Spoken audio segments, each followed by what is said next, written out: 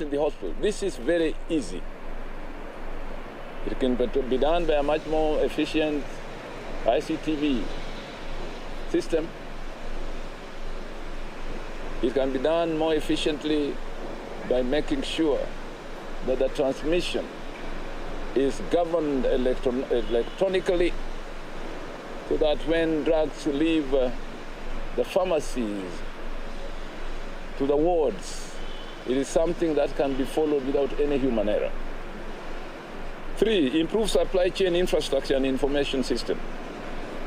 And finally, to ensure that there is no conflict of interest of those who manage the cancer unit at the Kenyatta National Hospital and private facilities, since it has been reported that the stolen drugs are taken to one such facility owned by a senior official at the Kenyatta National Hospital Cancer Unit. We'd also like to add that it is urgent to invest heavily in the development of human resources at the Kenyatta National Hospital, especially cancer specialists, equipped by the most modern tools for the diagnosis and treatment of cancer. Now, ladies and gentlemen, on another note, equally important, allow me also to address you on finance matters. First, on county government's additional allocation to the financial year 2021-2022. As you know, health is largely a devolved function. And if county governments don't get their resources timelessly, as indeed stipulated by the Constitution on the Division of Revenue Bill, it is quite possible that you will see certain shortcomings in our hospitals, especially in terms of availability of drugs, because these drugs are not given by charity, they are purchased by the county governments. In the current financial year, county governments were allocated 39.9 billion Kenya shillings as additional funds. The County Government's Additional Allocations Act 2022 was assented to by His Excellency the President on the 22nd of April 2022 and commenced on the 13th of May 2022. In view of the aforementioned, we note with concern that thus far, no county government has received any additional allocations with 1 month left to the end of the current financial year, under which these funds were budgeted for. It has also come to our attention some of the national government ministries, departments and agencies responsible for various conditional grants have revised downwards the amounts due to be disbursed to counties in this financial year to about 24 billion shillings. This is as unlawful and as unacceptable as common reason may put it. We implore the National Treasury to transfer 39.9 billion Kenyan shillings owed to counties without undue delay and undeducted as articulated in the County Government's Additional Allocations Act 2022 to ensure that counties implement their budgets and plans accordingly. Secondly, the county's equitable share of revenue disbursement. On equitable share of revenue, only 17 counties have received their April 22 allocations. 30 counties are yet to receive their April allocations, and all 49 counties their May allocations. Total arrears, therefore, owed to counties amounts to 53.9 billion Kenyan shillings.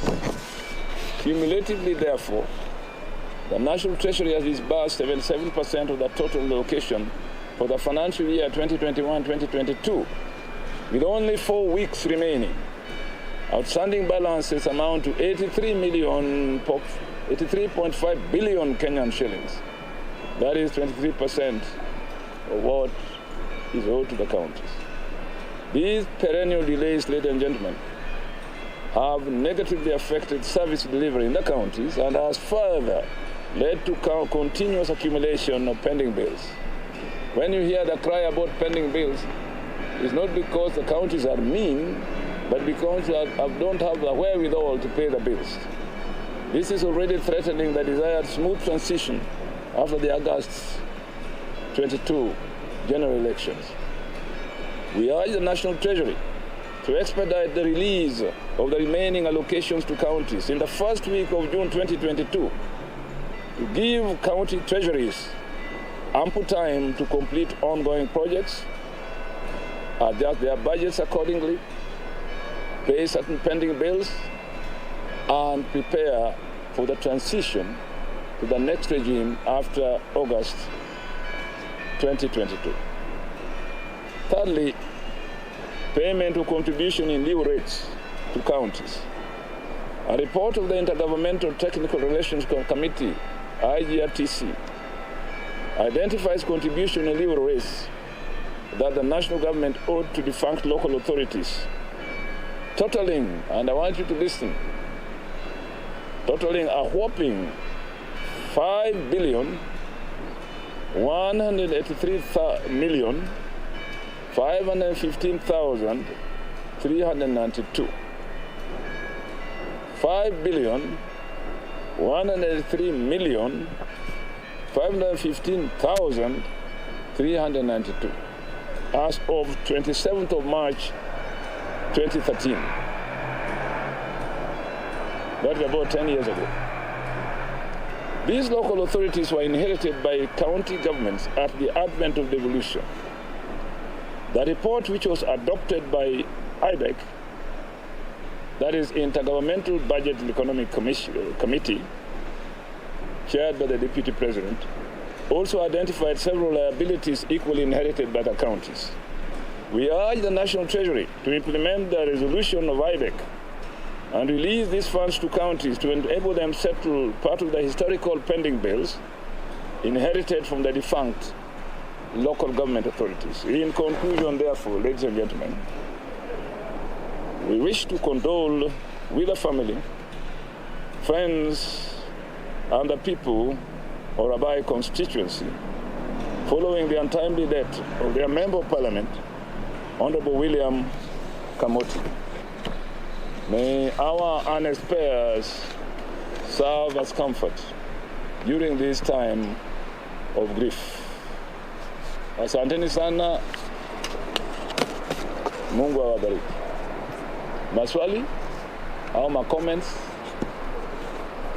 Yes, my dear. You mentioned as one of the recommendations of the Human ensure there is no conflict of interest. But what we've seen so far, in such instances, this will always end up being arrested, addressed to those who are in the top.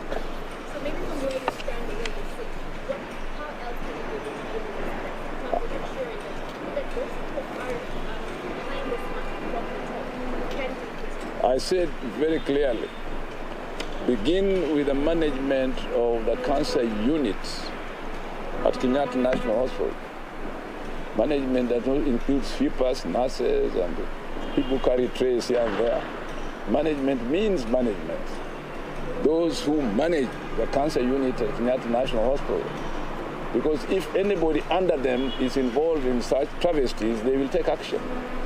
But if they themselves are involved, they need to completely sever their links with any private institutions to which these stolen cancer drugs are going. I'm very clear about that. All right. And then when you say establishment of systems before such systems are actually implemented, there'll be a loophole, another idea for maybe a week or a month. Because we know from experiences in the country, where local counties tend to say they're missing drugs, they say they're lacking drugs, but certain communities, those drugs are also transferred to private I know what you're talking about because in my county I took very drastic steps on topic. One, you change management. Two, you sweep away all the pharmacies that are crowding around the hospital because you know why they are there. And three, you make sure that you change people at the pharmacy who must definitely be involved. And finally, you must have an electronic system, an automatic system, where drugs come in, they are recorded as they leave. As soon as they leave, the information reaches the ward.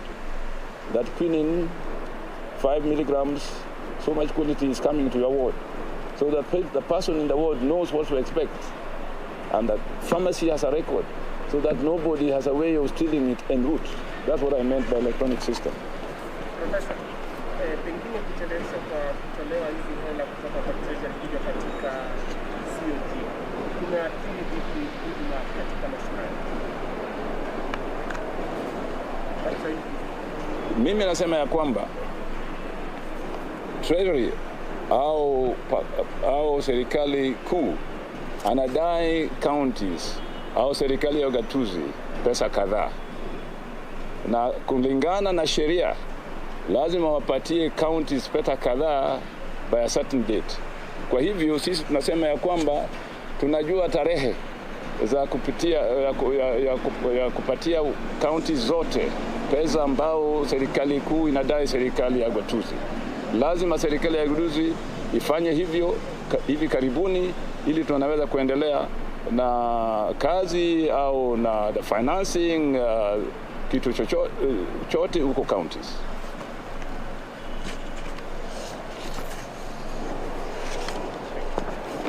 Any other question?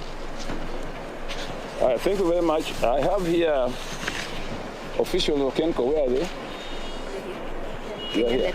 Now, officials of KENCO, if you have any questions to ask KENCO, these are the people in civil society that are concerned with cancer, and they're doing a good job. They are part of the team that raised this alarm, and I brought them here in case you want to ask them any question or clarification that I might have missed. Sawa sawa. So you can introduce yourself, Madam.